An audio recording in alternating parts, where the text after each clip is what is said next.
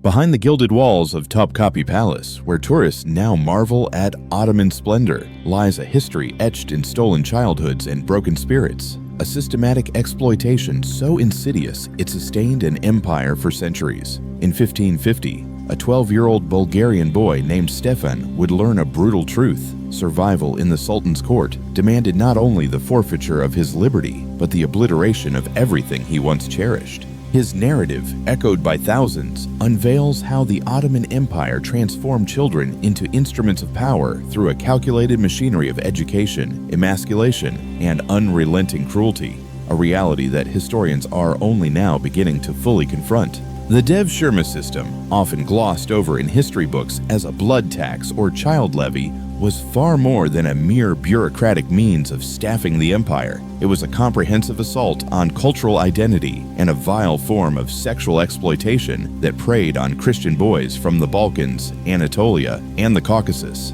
Between the 14th and 17th centuries, an estimated 200,000 to 500,000 boys were forcibly separated from their families, with the most beautiful and intelligent destined for a fate that palace scribes delicately termed special service. These children would enter the Enderun School, not as pupils, but as malleable material to be molded, broken, and reshaped according to the Sultan's whims. What transpired within this system defies simplistic labels of victim and oppressor. Those who endured and ascended through the ranks frequently became the architects of their own past suffering, perpetuating a vicious cycle where personal advancement was inextricably linked to institutional barbarity. The palace pages known as Eoglan inhabited a precarious space between enslavement and privilege, where a single transgression could lead to death. Yet unwavering obedience might culminate in governing provinces or commanding armies. This paradox, that the empire's most influential officials often began as its most vulnerable captives, remains one of history's most unsettling illustrations of Stockholm Syndrome enacted on a grand scale. The Western gaze has often romanticized the Ottoman court through Orientalist fantasies of harems and opulent extravagance, yet the reality for these boys was a meticulously orchestrated nightmare of psychological manipulation and unrelenting physical abuse. Current historical estimates suggest that as many as 20% of palace pages endured castration, a procedure conducted without anesthesia that resulted in immediate death for 1 in 10 boys and left survivors with lifelong debilitating health issues. Those spared physical mutilation faced a different form of violation, systematic grooming that commenced upon their arrival at the palace gates and continued until they either aged out of desirability or learned to become predators themselves. Stefan's journey from a humble Bulgarian village to the inner sanctum of Ottoman power exemplifies how the empire weaponized education itself as an instrument of domination. The Enderun School offered instruction in mathematics, languages, theology, and statecraft that could rival any European institution. However, every lesson was accompanied by the implicit threat of violence and the explicit demand for unwavering submission. Boys learned Arabic, Persian, and Ottoman Turkish not to broaden their horizons, but to better serve their master's objectives. They studied the Quran not for spiritual enlightenment, but to legitimize their own enslavement within the framework of Islamic law's carefully crafted exceptions.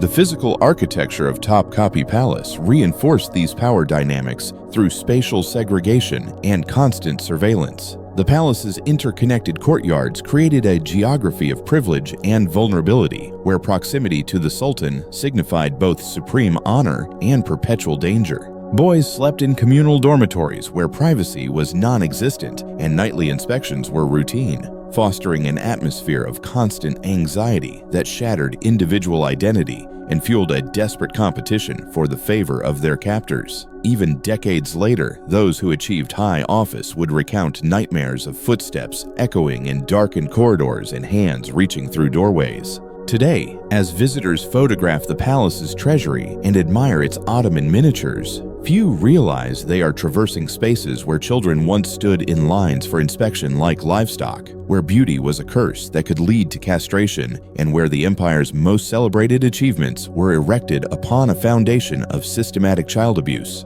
This is not mere historical trivia, but a crucial reminder that institutional violence often conceals itself behind facades of civilization and culture, and that the most enduring empires are often those most adept at transforming their victims into accomplices. The Devshirme system emerged in the late 14th century as the Ottoman Empire expanded into Christian territories, creating both a military necessity and an administrative opportunity. Unlike the Arab slave trade that preceded it or the Atlantic slave trade that would follow, the Ottoman approach combined elements of tribute, taxation, and social engineering into something uniquely sustainable and uniquely cruel. The practice began under Sultan Murad I, but reached its systematic apex under Mehmed II, the conqueror of Constantinople, who understood that an empire spanning 3 continents required administrators loyal only to the throne, unburdened by local allegiances or familial obligations. The selection process itself was a carefully orchestrated act of trauma that commenced with Ottoman officials arriving in Christian villages every 3 to 7 years, accompanied by Janissary guards whose presence made resistance futile. Village priests were compelled to present baptismal records, while families hid their sons in forests and caves, sometimes deliberately maiming them to render them ineligible for selection. The officials, often themselves products of the Devshirme system, would examine boys between 8 and 18, scrutinizing their physical beauty, intelligence, and overall health. The bitter irony that former Christian slaves now enslaved Christian children was not lost on the villagers, who saw in these officials the possible fate of their own sons. Contemporary Ottoman records preserved in the Bazbakanlik archives in Istanbul reveal the chilling bureaucratic precision with which this human trafficking was conducted. Scribes meticulously documented each boy's village of origin, physical attributes, and assigned Turkish name, creating a paper trail that simultaneously erased and preserved their identities. A typical entry from 1545 reads, Dmitri, son of Pavel from the village of Kopritsa, aged 12 years, fair of face with green eyes, renamed Mehmet, assigned to the 3rd dormitory of the Enderun School. Behind this clinical language lay a child's final moments, with parents he would never see again, in a language he would be forbidden to speak, practicing a faith he would be forced to renounce. The journey to Istanbul was itself a ruthless selection mechanism designed to eliminate the weak and traumatize the survivors into submission. Boys were marched in chains for weeks or months, depending on their point of origin, with meager rations and non-existent medical care. Ottoman documents indicate that typically 10 to 15% perished en route, their bodies left unburied as grim warnings to those who might contemplate escape. Decades later, survivors recounted how they learned to steal food from each other, to disregard the cries of the sick, and to focus solely on placing one foot in front of the other. By the time they reached the capital, the transformation from village boys to potential palace slaves was already well underway. Upon arrival in Istanbul, the boys faced immediate sorting that would determine their destiny. The most physically attractive were earmarked for potential service within the palace itself, while others were designated for the Janissary Corps or administrative training. This initial selection, conducted in courtyards that still exist within the Topkapi complex, was performed by eunuchs who had themselves survived the system. They sought specific markers, unblemished skin, symmetrical features, graceful movements, and what Ottoman texts delicately termed having the nature of gazelles. Boys identified as Oglan candidates were segregated from their traveling companions, often the last familiar faces they would ever see. The religious conversion that followed was both immediate and gradual, a paradox that reflected the Ottoman Empire's complex relationship with its Christian subjects. While boys were required to publicly profess Islam immediately upon selection, genuine indoctrination required years of daily prayer, Quranic study, and vigilant monitoring. The palace employed a cadre of religious instructors whose mission was not merely to teach Islamic doctrine, but to identify and eradicate any vestige of Christian belief or practice. Boys caught making the sign of the cross, observed fasting during Lent, or heard whispering prayers in their native tongues faced punishments ranging from beatings to execution. Yet the historical record also reveals extraordinary instances of resistance and resilience. Crypto-Christianity persisted among some palace servants for generations, with boys secretly teaching each other fragments of Orthodox prayers and maintaining concealed Christian names alongside their Muslim identities. A few exceptional cases, like the Grand Vizier Sokolu Mehmed Pasha, managed to maintain contact with their Christian relatives even while serving at the highest echelons of Ottoman government. These examples, however, were the exceptions that underscored the rule. For most boys, conversion signified a complete severing from their past, a wound that no amount of success could ever fully heal. The Enderun School, nestled within Topkapi Palace's third courtyard, represented the Ottoman Empire's most refined experiment in human manipulation. Unlike European palace schools that educated noble children to return to their families, the Enderun aimed for complete psychological reconstruction. Its curriculum fused rigorous academic training with systematic dehumanization, producing individuals capable of governing an empire while remaining utterly dependent on the Sultan's favor. The school's 6 ascending chambers, from the campaign chamber to the privy chamber, formed a ladder of privilege that boys could ascend only through unwavering obedience and the sacrifice of any remaining semblance of self.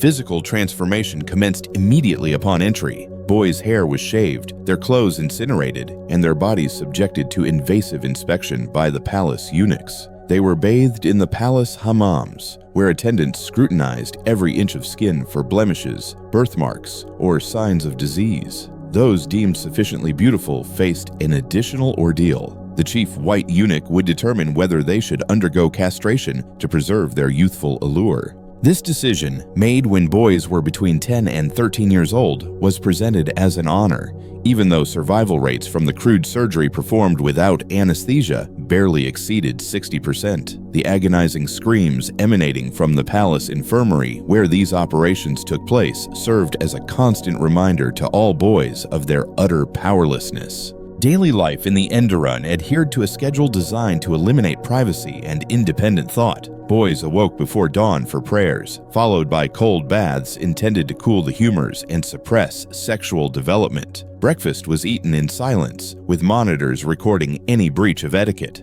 Academic instruction consumed the morning hours: Arabic grammar, Persian poetry, Ottoman law, and mathematics. But these lessons were interspersed with inspection periods where eunuchs would assess boys' development, checking for signs of puberty that might diminish their value. The afternoon brought military training, calligraphy practice, and skills that would render them versatile servants capable of entertaining the Sultan in myriad ways. The dormitories where boys slept were conceived as spaces of total surveillance. Narrow beds lined the walls of long chambers, with senior pages assigned to monitor younger boys throughout the night. No doors could be closed, no conversations held without potential eavesdropping. The chief page of each dormitory maintained meticulous logs of behavior, documenting everything from bedwetting to suspicious friendships. These reports, preserved in the palace archives, reveal a system where children learn to perform even sleep, maintaining approved postures and suppressing nightmares that might disturb their overseers. The few hours of darkness offered no refuge from the performance of submission.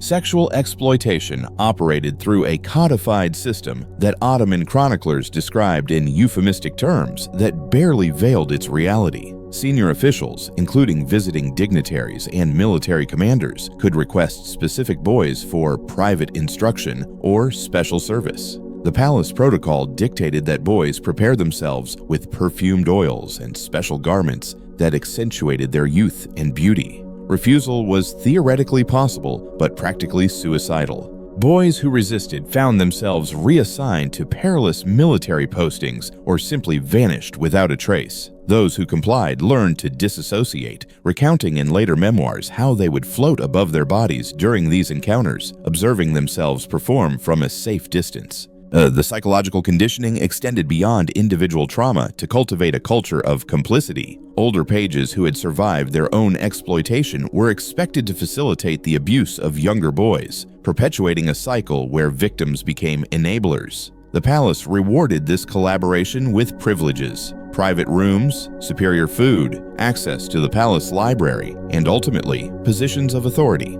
By the time boys reached 18 or 19, they had internalized the system so completely that many volunteered to become trainers and procurers themselves. This transformation from prey to predator was not perceived as corruption, but as a natural progression within the palace hierarchy.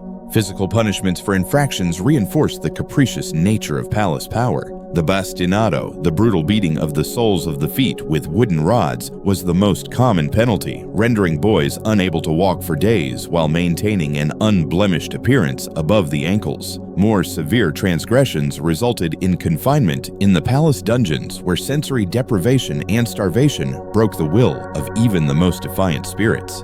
The ultimate sanction was the silk cord, strangulation executed so expertly that it left no visible marks, allowing the palace to claim that the boy had succumbed to natural causes. These executions, carried out in basement chambers that tourists now traverse unknowingly, served as stark lessons to survivors about the price of defiance. The voice of Stefan, whom palace records renamed Slayman, emerges from a remarkable memoir unearthed in the Habsburg archives in Vienna. Penned in a mixture of Ottoman Turkish and half-remembered Bulgarian, the document provides one of the few first-hand accounts of life inside the Enderun School. "I learned to forget my mother's lullabies," he wrote, replacing them with Arabic prayers that felt like stones in my mouth. But forgetting was survival, and survival was the only virtue the palace taught. His testimony, spanning 20 years from his abduction in 1550 to his eventual escape during a diplomatic mission to Austria, offers unparalleled insight into the psychological devastation wrought by the Devshirme system.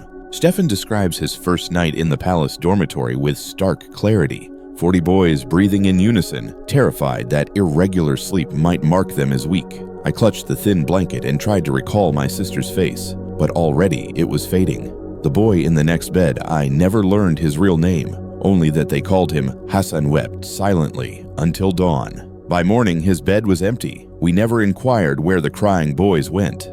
This culture of enforced silence fostered what modern psychologists would recognize as collective trauma, where shared suffering could never be acknowledged or processed, only endured in isolation. The memoir's most disturbing passages detail the grooming process that preceded sexual abuse. Stefan writes of being selected at age 14 for special attention by a vizier whose name he refuses to record. They bathed us in rose water and dressed us in silk so thin it felt like wearing air. The eunuchs taught us how to walk. Small steps, eyes downcast, movements fluid like water. They said we were learning to be civilized, but we knew we were learning to be prey. The preparation rituals, he explains, were designed to make boys complicit in their own exploitation, creating a veneer of ceremony around what was fundamentally rape.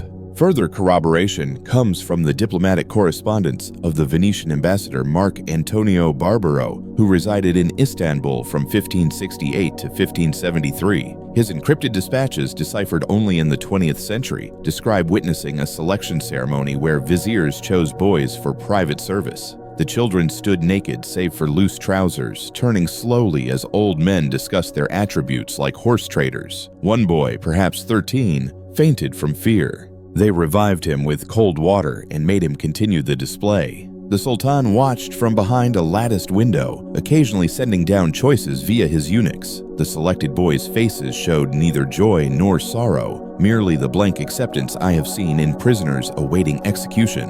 The account of Giovanni Battista Donato, a papal envoy who interviewed escaped palace boys in the 1580s, provides external confirmation of internal practices. One escapee, whom Donato identifies only as M, described the hierarchical nature of abuse within the palace. The youngest served the older boys, who served the eunuchs, who served the viziers, who served the Sultan. Each level possessed the one below it absolutely. I was property 5 times over before I ever saw the Sultan's face. This pyramidal structure of exploitation ensured that every individual was simultaneously victim and perpetrator, rendering collective resistance virtually impossible. Perhaps most chilling are the Ottoman court records themselves, which document the aftermath of various incidents in bureaucratic language that barely conceals the horror beneath. A report from 1562 describes the investigation into the death of a page named Ahmed, found in the baths at dawn, exhibiting signs of struggle. The chief eunuch reports the boy had been summoned for night service to the second vizier. The vizier claims the boy suffered from a weak constitution. No further investigation deemed necessary. Countless similar reports fill the palace archives, each representing a child whose death was deemed less important than preserving the system that claimed his life. The psychological insights gleaned from these testimonies resonate deeply with modern understanding of institutional abuse. Survivors describe dissociative episodes, emotional detachment, and the development of elaborate fantasy worlds where they could escape their brutal reality. Stefan writes of imagining himself as a bird soaring over the Balkans, searching for his village from above. Another survivor, whose testimony was preserved in Russian archives after he fled to Muscovy, described creating a meticulous mental map of his childhood home, walking through it room by room each night before sleep. These coping mechanisms, developed independently by boys who could not share their experiences, underscore the universal human response to sustained trauma. The transformation of brutalized children into imperial administrators created a governing class whose psychology was fundamentally shaped by trauma. By the 17th century, the majority of Ottoman grand viziers, provincial governors, and military commanders had emerged from the Devshirme system. These men, severed from their birth families and entirely dependent on palace favor, cultivated a distinct approach to power characterized by unwavering loyalty upward and casual cruelty downward. The empire's administrative efficiency, often lauded by European observers, was inseparable from the systematic abuse that produced its administrators. Kafur Pasha, who served as Grand Vizier 5 times between 1580 and 1596, embodies this trajectory. Taken from an Albanian village as a child, he ascended through the palace ranks by combining brilliant military strategy with utter ruthlessness. Contemporary accounts depict him ordering mass executions with the same dispassion he displayed when selecting fabrics for his robes. Yet private letters, discovered in Egyptian archives, reveal a man haunted by nightmares of his childhood abduction, who built mosques obsessively as if attempting to atone for sins he could never explicitly acknowledge. His story, replicated across generations of Ottoman officials, illustrates how institutional trauma becomes ingrained in the very fabric of governance. The economic ramifications of the Devshirme system extended far beyond the confines of the palace walls. The threat of child conscription shaped settlement patterns throughout the Balkans, with Christian communities devising elaborate strategies to safeguard their children. Some villages practiced strategic conversion to Islam, accepting second-class status within the Muslim hierarchy to evade the blood tax. Others developed systems of child exchange, sending boys to relatives in cities where selection was less likely. The demographic upheaval caused by the removal of hundreds of thousands of young men from Christian communities contributed to economic stagnation and social fragmentation that persisted long after the practice was officially abolished. The system's influence on Ottoman military culture proved equally profound. The Janissary Corps, recruited through Devshirme and forbidden to marry until retirement, cultivated a warrior ethos that combined fanatical loyalty with deep-seated rage. Their effectiveness in battle stemmed partly from having nothing to lose, no families to mourn them, no homes to return to, no identity beyond their military function. European observers noted with alarm how Janissary troops exhibited no mercy to Christian populations, as if exacting retribution for their own stolen childhoods. Their eventual corruption and rebellion in the 19th century can be traced directly to the psychological dynamics instilled by their traumatic origins. Cultural production within the Ottoman Empire bore subtle but persistent hallmarks of the Devshirme experience. Palace poets, many of whom began as Oglan, developed a distinctive literary tradition that blended surface praise for imperial power with coded allusions to loss and displacement. The Persian literary form of the ghazal, adapted into Ottoman Turkish, became a vehicle for expressing longing that could be interpreted as either mystical or deeply personal. When the court poet Nefi wrote of the beloved who arrives in darkness, contemporary readers understood multiple layers of meaning that modern scholars are only beginning to decipher. The medical consequences of widespread castration engendered a hidden health crisis within the Ottoman administrative class. Eunuchs suffered from osteoporosis,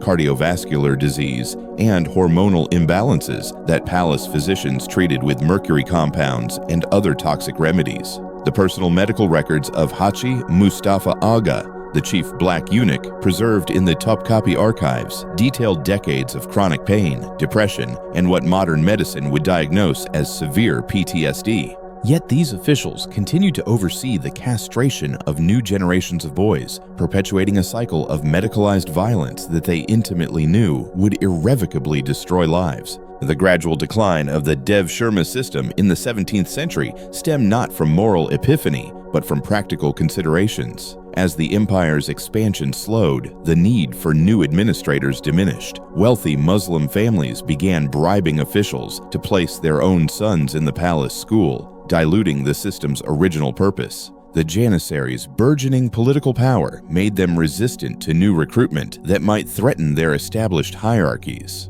By 1703, when the last official Devshirme collection occurred, the practice had already become a hollow ritual, although the palace continued to acquire boys through other means well into the 19th century. Archaeological excavations beneath Topkapi Palace in the 1990s unearthed evidence that compelled historians to confront the tangible reality of the Devshirme system. Within sealed chambers near the palace school, researchers discovered collections of personal artifacts, wooden crosses, fragments of fabric with Cyrillic embroidery, small carved toys that boys had somehow concealed despite stringent prohibitions. These objects, now displayed in a restricted section of the Palace Museum, provide a palpable connection to children whose names were systematically erased. Even more disturbing were the remains unearthed in unmarked graves near the palace walls. Skeletal analysis revealed numerous young males exhibiting signs of surgical castration and malnutrition, their bones narrating stories that Ottoman chronicles omitted.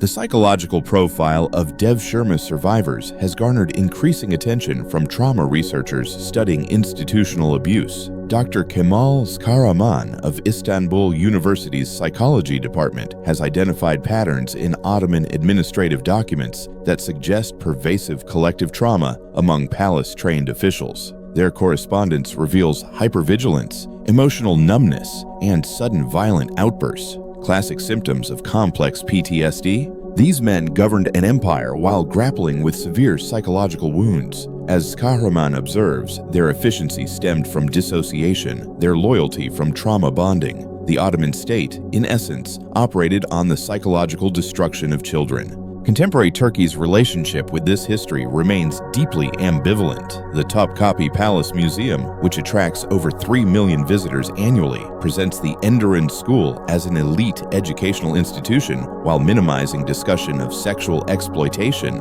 and forced conversion. Tour guides describe the dormitories as where future viziers studied, omitting mention of the nightly inspections and systematic abuse. This sanitization reflects broader tensions in Turkish society regarding confronting Ottoman practices that challenge narratives of imperial grandeur. When historians like Halil İnalcık have attempted more candid accountings, they have faced accusations of promoting anti-Turkish propaganda. The Devshirme system's legacy endures in various forms throughout the former Ottoman territories. The practice of kek, young male dancers who performed in feminine attire for male audiences, persisted in modified form into the 20th century, perpetuating the Ottoman tradition of sexualized male youth. In Albania and Bosnia, family structures still exhibit adaptations developed to protect children from conscription, including intense secrecy about family relationships and reluctance to officially register births. Anthropologists studying these communities discover behavioral patterns transmitted across generations, demonstrating how institutional trauma becomes embedded in cultural DNA.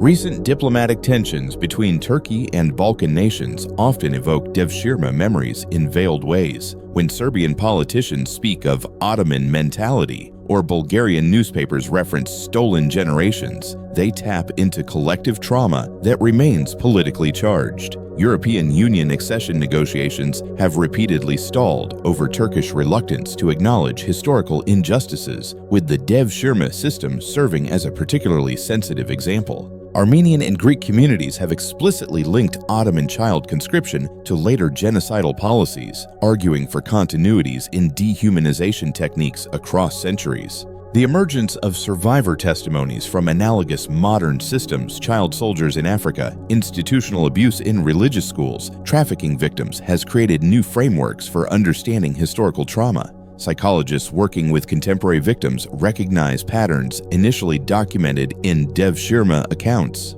the grooming process, the creation of complicit hierarchies, the transformation of victims into perpetrators. These parallels suggest that the Ottoman system represented not a unique historical aberration, but a refined example of how power structures exploit childhood vulnerability. The methodical approach of the palace eunuchs to breaking children's wills provides a blueprint still evident in modern trafficking operations. Legal scholars examining transitional justice have begun to debate whether contemporary Turkey bears responsibility for Ottoman crimes against children. While statutes of limitations and state succession complicate such claims, the moral questions remain pressing. The revenue generated from Topkapi Palace tourism, built directly on the suffering of abused children, raises ethical questions about how societies monetize sites of historical trauma. Some activists have advocated for memorial plaques within the palace, identifying it as a site of systematic child abuse akin to Holocaust memorials at concentration camps.